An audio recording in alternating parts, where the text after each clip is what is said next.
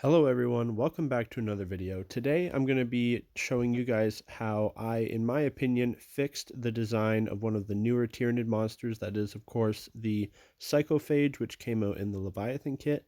Now, while the kit has some cool bits in it to make other things, I just had quite a few problems with its design overall, mostly to do with the pose. I can't stand the butt up in the air, twerking Tyranids.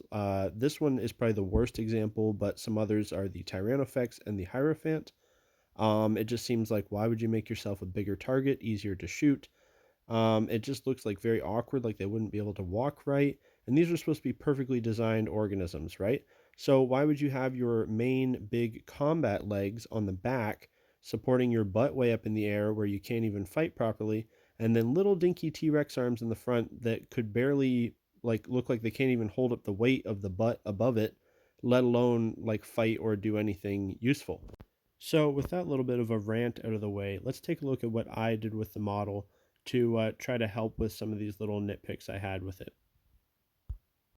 So first things first, to go along with another Kitbash I did with the Leviathan box, which you can see in this video, I removed the entire head from the model, all of it. I ended up using that for a different thing, so don't worry, it went to good use.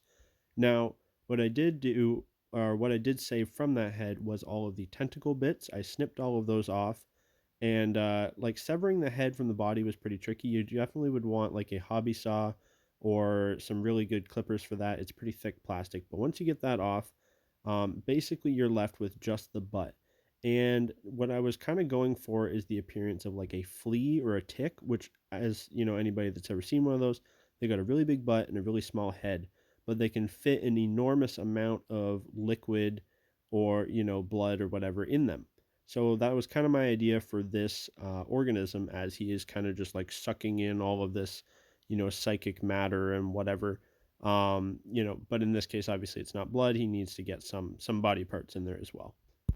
So basically, step one was to kind of make a green stuff circle around the now gaping hole where the head would have connected to the body. I also believe I filled in the majority of the body cavity with tinfoil and then like kind of a green stuff blob on the inside of it. And then what I used was the top and bottom face from the new Screamer Killer Carnifex. Obviously, you could use something else, but that is what I used for mine.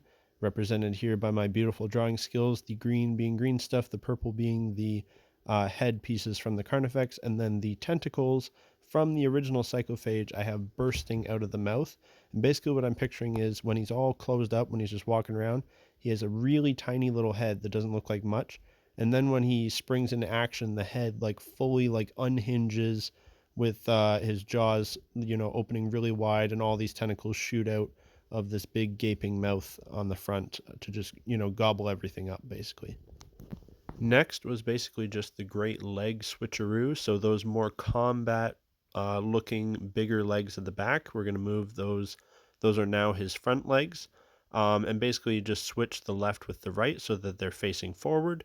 The next biggest set of legs are now the very back legs. Basically just put them in the kind of in the same position as the front legs, like how they just kind of attached like right under the lip of his back armor. I believe I did pin these in place, like actually drilled holes and pinned them on.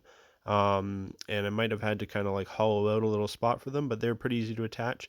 And then for his bottom little dinky T-Rex legs, I just found spots for them kind of on his belly, just a natural groove in the musculature that looked like those little tiny, tiny, tiny little legs could come out of. And they basically, I'm picturing them as kind of just like a kickstand to kind of help hold him up while he's fighting with his bigger combat legs in the front. Because, they wouldn't really be able to do much else other than just kind of prop him up a little bit while he's doing whatever eating or fighting. And yeah, that is my weird little Tyranid creation for the day. I'm actually really happy with how this guy turned out. Wasn't super fond of him at the time, but being that he's my first big Tyranid that I've painted for my new army, I just thought I'd take a moment to show him off here to you guys and go over in a little more detail how he was made.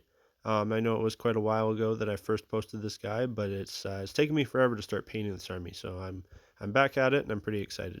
But yeah, that is about all for today, guys. If I don't get another video out before then, Merry late Christmas and Happy future New Year. I will see you guys in 2025. Don't forget, if you want to support the channel, you can always check out the Patreon link down below. It is just $1 and you can see all the work in progress stuff early. And yeah, that's about it. See ya.